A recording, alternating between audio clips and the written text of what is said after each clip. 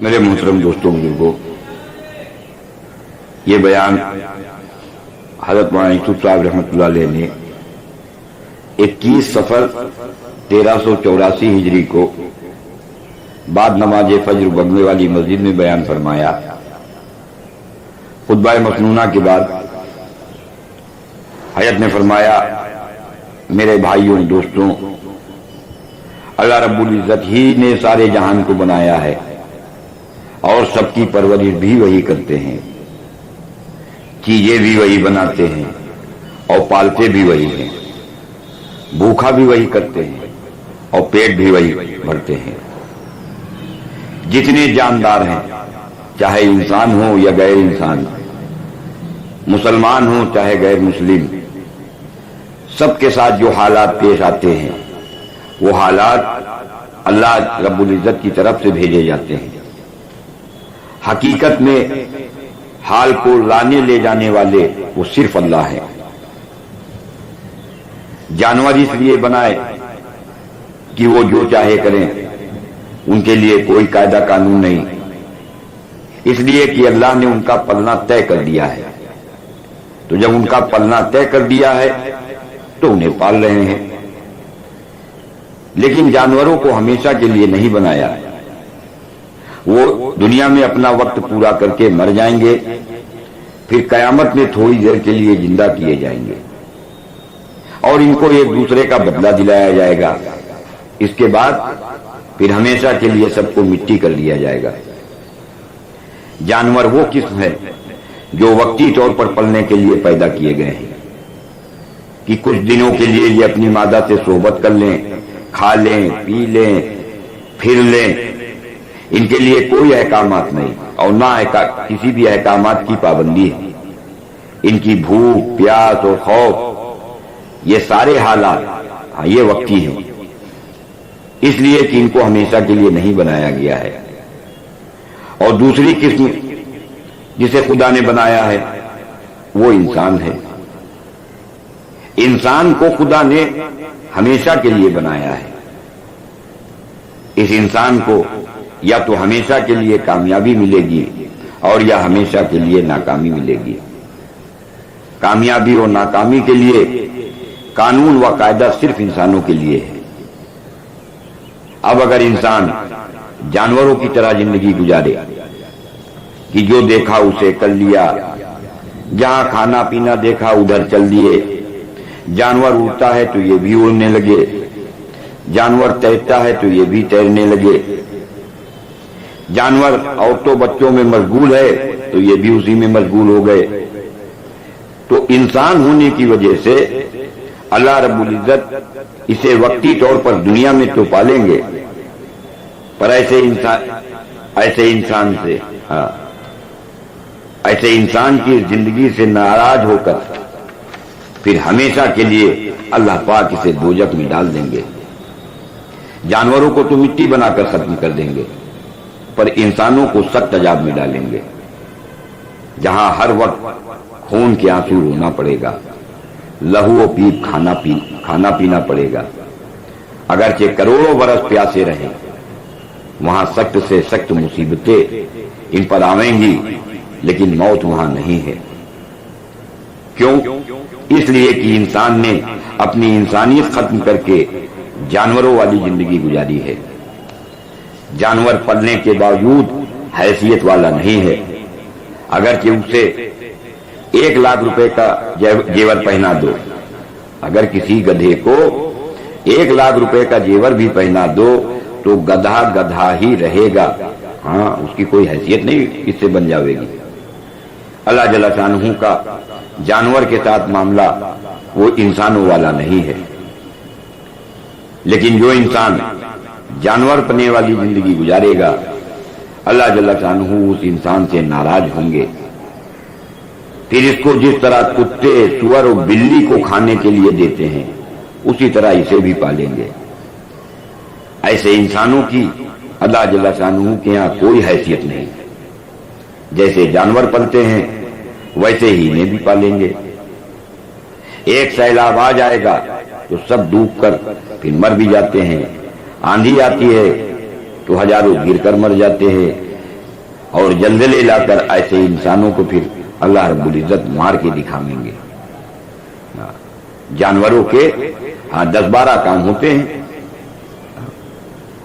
کہ کھانا اور بچوں کو کھلانا اور بیوی کو کھلانا اور بیوی سے صحبت کرنا، مکان بنانا، بالا خانے تہخانے بنانا، ایک دوسرے پر غلبہ پانے کی کوشش کرنا۔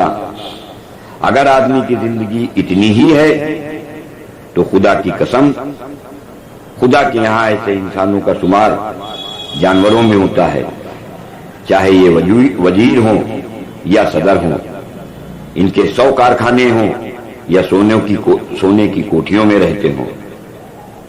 اگر یہ جہازوں میں اڑے تو اللہ کی نگاہ میں یہ کوے کی طرح بے حیثیت۔ اگر ایسے انسان موٹروں میں دوڑتے ہیں تو اللہ کی نگاہ میں یہ کتے کی طرح بے حیثیت۔ اگر ایسے انسان سمندر میں تیرتے ہیں تو سمندری سانپوں کی طرح اللہ کی نگاہ میں یہ بے حیثیت ہے۔ اگر آدمی کی دائرہ زندگی صرف اتنی ہے جتنی جانوروں کی ہے تو پھر ایسے آدمیوں پر اللہ کی طرف سے قہر و غضب آتا ہے۔ سب طرف سے اس کے اوپر آفتوں کے بازار گرم کر دیے جاتے ہیں کہ جب دیکھو ہنسی مذاق، جب دیکھو ایک دوسرے سے بڑا بننے کی کوشش کرنا۔ ایسے انسانوں پر جو بھی مصیبتیں اس دنیا میں آویں اور آخرت میں آویں وہ کم ہے۔ ان پر دنیا کے اندر 1000 آفتیں آئیں گی کہ ان کا خون بھی بہایا جائے گا اور انہیں قتل بھی کیا جائے گا اور ان کو لوٹا بھی جائے گا۔ اور اگر سخت قسم کا جانور پن تھا تو پھر قبر میں ہزاروں آفتیں آئیں گی۔ اس کے بالمقابل اگر انسان خدا کی خلافت پر، نبیوں کی نیابت پر اور فرشتوں کی خلافت پر قدم اٹھائے کہ کھلانے پلانے والا یہ غربا پرور بنے، یتیموں اور بیواؤں کی مدد کرنے والا بنے، اپنی جان و مال سے دوسروں کی زندگی بنانے والا بنے، اس کے ہاتھوں بے مکان والوں کو مکان مل رہے ہوں، یتیموں اور بیواؤں کی کو مدد مل رہی ہو، تو یہ زندگی اللہ کے نمونے کی زندگی ہے۔ جانور کھاتا ہے، کھلاتا نہیں ہے، پر اللہ کھلاتے ہیں اور کھاتے نہیں ہیں۔ جانور مکان بناتا ہے، اس میں رہتا ہے، پر اللہ مکان بناتے ہیں، رہتے نہیں ہیں، اس میں دوسروں کو رکھتے ہیں۔ جانور جو کچھ کرے گا اپنے لیے کرے گا اور اللہ جو کچھ کریں گے وہ دوسروں کے لیے کریں گے۔ اللہ نے اس زندگی کے لیے انسان کو بنایا ہے۔ اگر اس کا مال دوسروں کی زندگی بنانے پر لگے گا تو یہ اللہ کی خلافت ہے۔ مال کو اپنی زندگی پر لگانا یہ جانور پنا ہے کہ جو مال اللہ نے اپنی قدرت سے اس کو دیا ہے، جو اس کے مقدر میں اللہ نے لکھا تھا، اگر یہ اپنی زندگی بنانے پر اس مال کو خرچ کرتا ہے تو پھر یہ تو جانور پنے والی زندگی ہے۔ جانور بننے کے لیے کوئی محنت نہیں کرنی پڑتی، جانور بننے کے لیے کوئی محنت نہیں کرنی پڑتی، بس اس کو اس کے حال پر چھوڑ دو، وہ اپنے آپ جانور بن جائے گا۔ سور، بھیڑیا، کتا کی مار دھاڑ کرنے والے بننے کے لیے کچھ نہیں کرنا پڑتا۔ بچے کو جس کا سر پھوڑنے کو دے دو اور چیزوں کو توڑنے کو دے دو، بچے کو اگر اس کے اسی حال پر چھوڑ دو گے تو بچہ بدترین ہو جائے گا اور جانور بن جائے گا۔ اللہ کے رنگ میں رنگنے کے لیے ہم مجاہدے کرنے پڑتے ہیں، کوششیں کرنی پڑتی ہیں، اپنی جان پر مشقت اٹھانی پڑتی ہے اور بات بات کے خلاف اس کی مشق کرنی پڑتی ہے۔ جتنا کھانے کمانے کا جذبہ ہے، بیوی بچوں کے مکان کی بڑائی کے غالب آنے کا جذبہ ہے، یہ سب توڑنا پڑتا ہے۔ اور خدمت کا جذبہ، کھلانے کا جذبہ اور دوسروں کے مکان بنانے کا جذبہ، یہ سارے جذبے اپنے اندر پیدا کرنے پڑتے ہیں۔ یہ ہے وہ اصل کام جس کے لیے اللہ نے انسان کو بنا کر اس دنیا میں بھیجا ہے۔ اللہ نے انسان کے اندر خلافت کے جوہر رکھے ہیں۔ اگر ریاضت اور مجاہدے کر لے گا تو یہ انسان جانور پنے سے نکل کر اللہ کی خلافت کی زندگی پر آ جائے گا، اور اگر جانور پنے کی زندگی سے نہ نکلا تو پھر یہ مصیبتوں میں گر جائے گا۔ پھر جیسے کتے بھیڑیوں کی آواز پر کوئی انسان توجہ نہیں دیتا، اسی طرح جانور پنے کی زندگی گزارنے والے انسانوں کی دعاؤں پر اللہ کے ہاں کوئی توجہ نہیں دی جاتی۔ جو انسان جانور پنے کی زندگی سے نکل کر اللہ کی خلافت پر آئے، اس کے لیے وہ اللہ سے جو مانگے گا اسے مل جائے گا، پر زندگی کو موڑنے کا فیصلہ کر کے اس کے لیے محنت کرنی پڑتی ہے۔ اللہ والے عملوں کی محنت کے لیے جانور والے کام چھوڑ دو۔ انسان اللہ والے عملوں پر تب پڑتا ہے جب اس کا یقین بدلتا ہے، بغیر یقین بدلے عمل نہیں بدلتے، اس لیے کہ عمل کی بنیاد یقین ہے۔ جب یقین چیزوں سے ہونے کا نکل کر عمل سے ہونے کی طرف مڑے گا تب خلافت والی زندگی بنے گی۔ ایمان کو سیکھتے اور سکھلاتے ہوئے 4 عمل ہیں جن کو کرنے سے انسان جانور پرے سے نکل کر خدا کی خلافت والی زندگی میں آتا ہے۔ ان میں پہلا کام ایمان کے حلقے ہیں، ایمان کے تذکرے ہیں، دوسرا کام تعلیم کے حلقے ہیں، اور چوتھا کام اللہ کے دھیان کے لانے کی مشق ہے، اور 5واں کام نماز کا عمل قائم کرنا ہے۔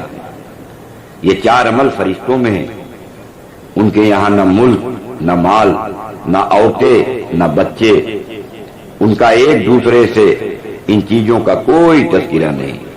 کوئی فرشتہ نہ ملک کا تذکرہ کرتا ہے، نہ مال کا، نہ عورت کا، نہ بچوں کا، ان کے یہاں کوئی اس کا تذکرہ نہیں۔ بس اللہ کی بڑائی بیان کرنا اور علم کی مجلسوں میں شریک ہونا، نمازوں میں شریک ہونا اور خدمت گزاری کرنا، یہ 4 کام ہیں جن کے کرنے سے پھر اطاعت کا مادہ پیدا ہوتا ہے جو فرشتوں کی صفت ہے۔ جانوروں والے کام سے نکل کر یہ 4 کام زیادہ کرنے ہیں، اور ان کاموں کو عملوں سے پلنے پر محنت کرنی پڑے گی کہ ہم ان کاموں کو انہی عملوں سے پلنے کے لیے کر رہے ہیں، کہ جو چیزوں سے پلنے کی محنت ہماری ہے وہ بدل جاوے اور عملوں سے پلنے کی محنت ہم کرنے والے بن جاویں۔ کہ محنت سے مال نہیں ملتا، مال سے چیزیں نہیں ملتی، چیزوں سے پرورش نہیں ہوتی ہے، بلکہ خدا عملوں سے پالتے ہیں۔ مال سے عمل نہیں بلکہ عمل سے مال ہے، مال سے چیزیں نہیں بلکہ عمل سے چیزیں ہیں، چیزوں سے پلنا نہیں ہے بلکہ عمل سے پلنا ہے۔ اللہ رب العزت جن کو چیزوں سے پالتا ہے انہیں تھوڑے دنوں کے لیے پالتا ہے اور پھر ہمیشہ کے لیے ان کو پریشان کرتا ہے، اور جنہیں عملوں سے پالتا ہے انہیں تھوڑے دن پریشان کرتا ہے، پھر ہمیشہ کے لیے انہیں پالتا ہے۔ اس لیے یقین بدل لو کہ جب ہم ایمان کو سیکھیں گے اور سکھلائیں گے تو میرا خدا مجھے پالے گا، اس کام پر میرا خدا مجھے پالے گا۔ میں اللہ کے دھیان کو جمانے کی مشق کروں گا، اس مشق پر خدا مجھے پالے گا۔ میں اللہ والا علم حاصل کروں گا تو اس علم کے حاصل کرنے پر میرا خدا مجھے پالے گا۔ میں بندگان خدا کی خدمت کروں گا تو میرا اللہ مجھے اس خدمت پر پالے گا۔ پر خلافت والی زندگی جب ہی بنے گی جب چیزوں سے پلنے کا ذہن ہمارا ختم ہو جائے۔ میں نے ایک جگہ دیکھا کہ ایک آدمی ہوٹل والے سے کہہ رہا ہے کہ تم چاہے 200 روپے لے لو تو مجھے 1 روٹی دے دو، لیکن ہوٹل والا اس روٹی لینے والے سے مانگنے والے سے کہہ رہا ہے کہ بھائی میں اس میں سے تمہیں 1 بھی روٹی نہیں دے سکتا، کیونکہ یہ آرڈر کی روٹی ہے، میں 1 بھی روٹی اس میں سے نہیں دے سکتا۔ یہ منظر میں نے اپنی ان آنکھوں سے دیکھا ہے، اس لیے یہ کہہ رہا ہوں کہ مال سے چیزیں نہیں ملتی، مال سے حفاظت نہیں ہوتی، مال سے اطمینان نہیں ملتا، مال سے عزت نہیں ملتی، اور مال سے سکون نہیں ملتا۔ یہ ساری چیزیں خدا عمل پر دیں گے، اس کے لیے یہ محنت کرو۔ ایمان کا سیکھنا اور سکھلانا اور تعلیم کے حلقے سے فارغ ہو کر ان عملوں سے پلنے کے لیے محنت کرو. یہی انبیاء علیہ السلام کا کام ہے. ان جانور پرے کی زندگی گزارنے والوں کو سمجھانا کہ تو جانور پنے سے نکل اور اللہ کی خلافت والی زندگی کی طرف آ, تو پھر خدا دنیا اور آخرت میں تجھے کامیاب کر دے گا.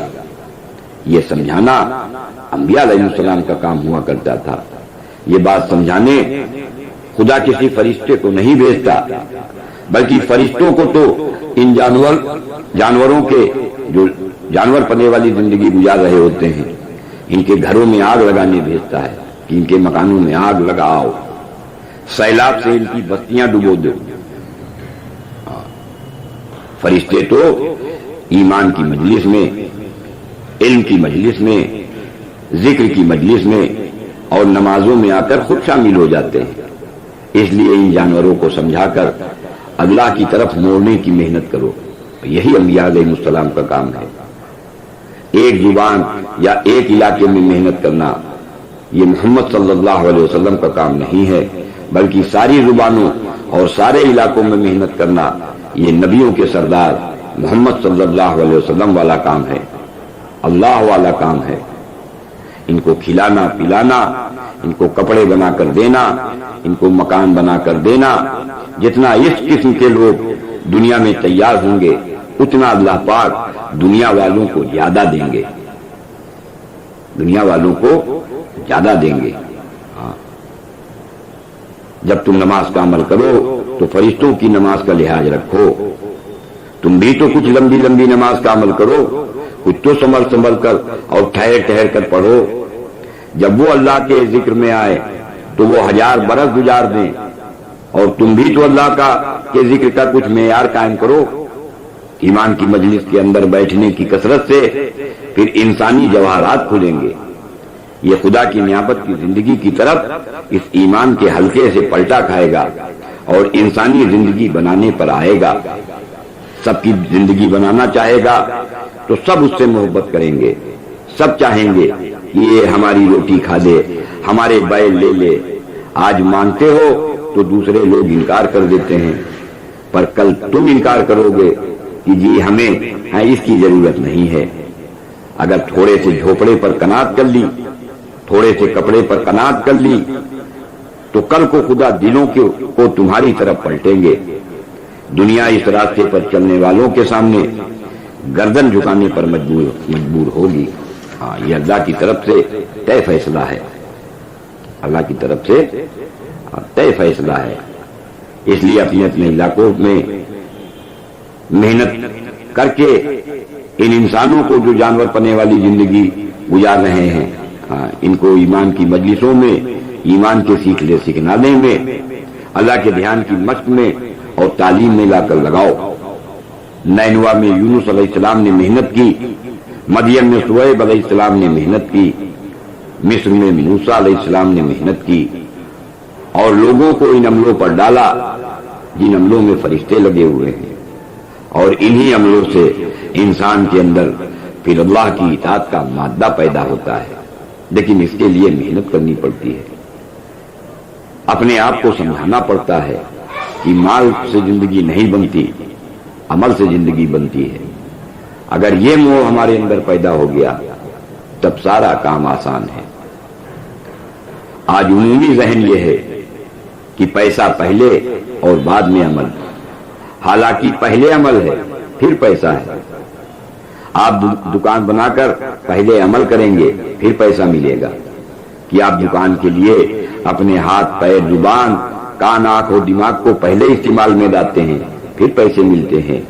یہ بدن کے اعضاء کا استعمال یہی عمل ہے, اسی کو عمل کہتے ہیں. پر لوگ اسے نہیں جانتے. ان کے استعمال کے بعد ہی تو پیسے ملتے ہیں. اگر یہ عمل ٹھیک نہ کیا تو اللہ آخر تک پھر سب بگاڑ کر پھینک دیں گے.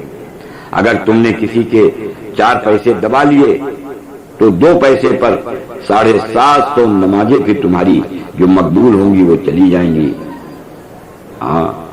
تمہارا حج, تمہارے روزے, تمہارا صدقہ خیرات تمہارے منہ پر پھینک کر مار دیا جائے گا. آج تم یہ کہتے ہو کہ بال بچوں کو پالنا دین ہے، تو کیا سور کھلا کر بچوں کو پالنا دین ہے؟ کتا کھلا کر بچوں کو پالنا دین ہے؟ چوری کا مال کھلا کر بچوں کو پالنا دین ہے؟ جھوٹ سے کمایا ہوا مال اور سودی کا جو کاروبار کا مال کھلا کر بچوں کو پالنا دین کہتے ہو؟ کم تول کر، ملاوٹ کر کر، دھوکہ دے کر ملنے والے مال کو کھلا کر آج کہتے ہو کہ بچوں کو بھی پالنا دین ہے۔ اس طرح بال بچوں کے پالنے کو دین نہیں کہتے، بلکہ تم تو اپنے ان بال بچوں کو دوزخ کا ایندھن بنا رہے ہو۔ آج وکیل اپنے موکل کو ایسا جھوٹ سکھاتا ہے کہ حقیقت بھی شرما جائے۔ اگر اس نے جھوٹا بیان جو وکیل نے اس سے کہا ہے اور اس نے دے دیا تو اس کے پچھلے عمل کی خرابی پر پہلے مصیبت آئی تھی جس کی وجہ سے مقدمے قائم ہوئے تھے، اور اس جھوٹ بولنے کے عمل پر اب اس کے اوپر جو مصیبتیں آئیں گی وہ اس سے بڑی ہوں گی۔ اللہ اس کی بڑی پکڑ فرماویں گے۔ اس لیے عمل کا مسئلہ پہلے ہے اور روٹی اور پیسہ بعد میں استعمال ہوگا۔ پہلے تمہارے بدن کے اعضاء استعمال ہوں گے۔ اس لیے میرے دوستو، یہ ذہن بناؤ کہ مال سے زندگی نہیں بنے گی، عمل سے زندگی بنے گی۔ یہ ذہن بنانے کے لیے کہ ہمارا ذہن ایسا بن جائے، اس کے لیے ایمان کی دعوت ہے، ایمان کا سیکھنا ہے، علم حاصل کرنا ہے، مسئلے سیکھنا ہے، نمازوں کا عمل ہے۔ یہ بڑے بڑے عمل ہیں، یہ اتنے بڑے عمل ہیں کہ ان عملوں پر فرعون کی حکومت ڈوبی ہے، انہی عملوں پر فرعون کی حکومت ڈوبی ہے، اور انہی عملوں پر مائدہ آسمان سے اترا ہے، انہی عملوں پر سورج واپس آیا ہے۔ تو اس لیے ان سے بڑے کوئی عمل نہیں ہے۔ وزارت، صدارت، تجارت، یہ سارے عمل بہت چھوٹے ہیں۔ عمل وہ بڑے ہیں جن عملوں کو اللہ نے کرنے کا حکم دیا ہے۔ پہلے اللہ نے خود دعوت دی ہے، اللہ نے اپنے بندوں کو پہلے خود سمجھایا ہے۔ اس لیے یہ سمجھانا اور یہ دعوت دینا یہ نماز سے بھی بڑا عمل ہے۔ کیوں؟ کیونکہ اللہ نے کبھی نماز کا عمل نہ کیا، حج نہ کیا، لیکن اللہ نے اس کے بارے میں سمجھایا ہے، اس کی دعوت دی ہے۔ اس لیے سب سے بڑا عمل یہ لوگوں کو سمجھانا ہے۔ اللہ دعوت دینے پر سب سے زیادہ پالتے ہیں۔ جو بندہ انبیاء کی طرح لوگوں کو سمجھائے اور بجھائے اور اللہ کی طرف متوجہ کرائے، اللہ پاک اس عمل پر اپنے اس بندے کو سب سے زیادہ پالتے ہیں۔ اگر یقین کے ساتھ یہ اس عمل کو کرے گا جس عمل کو کرنے کا اللہ نے حکم دیا ہے، تو اس عمل پر پھر اسے بہت کچھ ملے گا۔ اب محنت کر کے جو محنت کرنی ہے، سب سے پہلے اس بات کا خوب ذہن بناؤ کہ ہم جتنا ایمان کی مجلسوں میں بیٹھیں گے اتنا اللہ ہمیں پالیں گے، ہم جتنا علم کی مجلسوں میں بیٹھیں گے اتنا اللہ ہمیں پالیں گے، ہم جتنا ذکر کی مجلسوں میں بیٹھیں گے اتنا اللہ ہمیں پالیں گے۔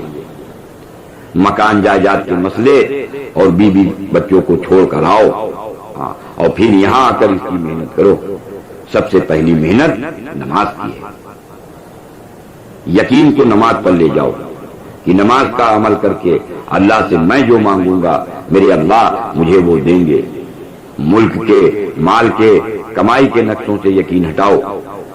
سلیمان علیہ السلام نے اللہ سے بادشاہت اسی راستے سے لی ہے۔ اس لیے میں بھی نماز کا عمل کر کے اللہ سے جو مانگوں گا میرے اللہ مجھے وہ دیں گے۔ اگر میں نے دعا مانگ لی کہ وزیر اعظم کو مار دے تو وہ آج ہی مرے گا۔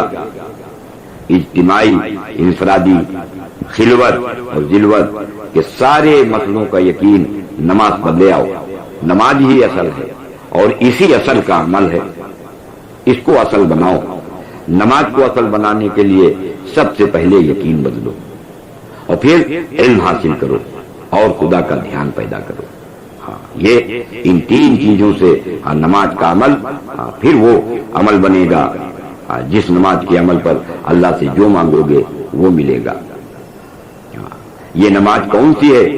جس نماز کے عمل میں لانے سے تمہارے مانگنے پر تمہیں روٹی ملے گی، تو وہ حضور صلی اللہ علیہ وسلم والی نماز ہے کہ نماز کے عمل کو اندر و باہر سے حضور صلی اللہ علیہ وسلم والا بناؤ، باہر سے حضور صلی اللہ علیہ وسلم والی شکل اور اندر حضور صلی اللہ علیہ وسلم والی کیفیت۔ ہمارا نماز سے پرورش کا ذہن نہیں ہے، اس لیے ہمارے جسم کے یہ اعضاء بگڑے ہوئے ہیں۔ انسان نماز بنانے کی محنت اس دن کرے گا، ان تینوں باتوں کو اپنے اندر لانے کی محنت اس دن کرے گا جس دن اسے معلوم ہو جائے گا کہ نماز سے پرورش ہوتی ہے۔ آج تو اعلان ہوتا ہے کہ جو سب بچھی ہے یا جو یہ دری بچھی ہے یہ ناپاک ہے، اس پر نماز نہیں ہوگی، لیکن لوگ اسی پر نماز کا عمل کر رہے ہیں۔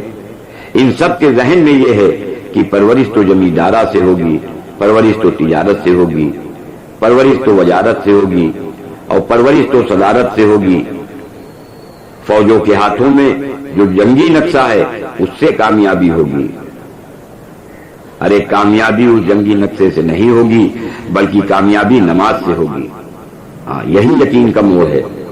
یقین بناؤ کہ میں نماز کا عمل کر کے اللہ سے جو مانگوں گا اللہ ہمیں وہ دیں گے۔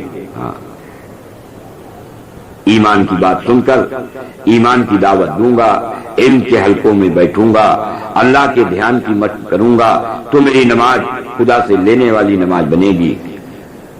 اس لیے سب سے پہلے مال سے پلنے کا یقین نکال دو اور یہ ذہن بنا لو کہ میرے سارے کام جب ہی ہوں گے جب میری نماز اچھی ہوگی۔ ذہن یہ بناؤ کہ کمائیوں کو اور گھریلو نقصوں کو چھوڑ کر میں جتنا ایمان کے سیکھنے اور سکھلانے کی مجلسوں میں بیٹھوں گا، اور جو کچھ بتایا ہے یہاں، جو کچھ ہم نے سنا حضرت محمد صلی اللہ علیہ وسلم نے اور اللہ نے جو کچھ بتایا ہے،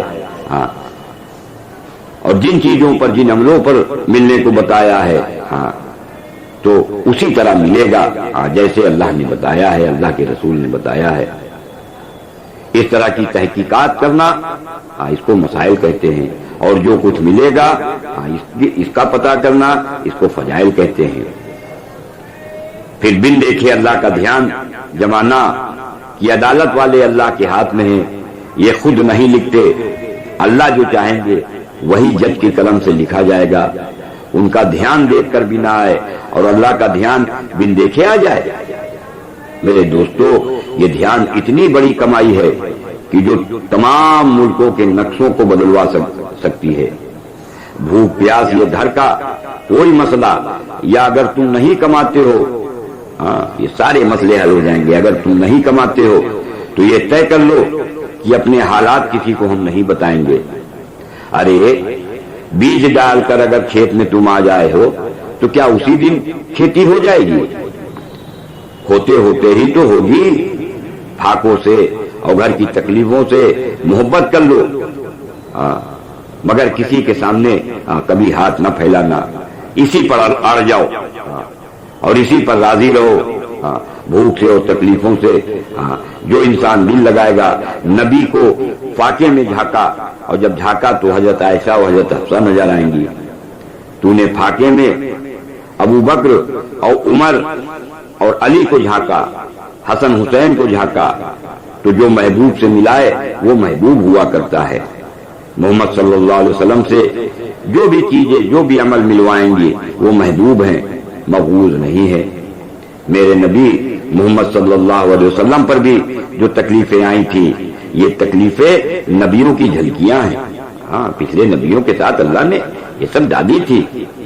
اب جب ہمارے اوپر تکلیفیں آئیں تو پھر ہم ایک دم سے خوش ہو جائیں، باغ ہو جائیں۔ اگر تم نے پھر لوگوں سے اپنا حال ظاہر کر دیا تو لوگ تمہیں 4 کوڑیاں دے دیں گے، لیکن خدا کے خزانوں سے ملنے کے دروازے نہیں کھلیں گے۔ اگر حال کو کسی سے نہ بتایا تو اللہ کی طرف سے اب تمہارے پاس مال کا آنا شروع ہوگا۔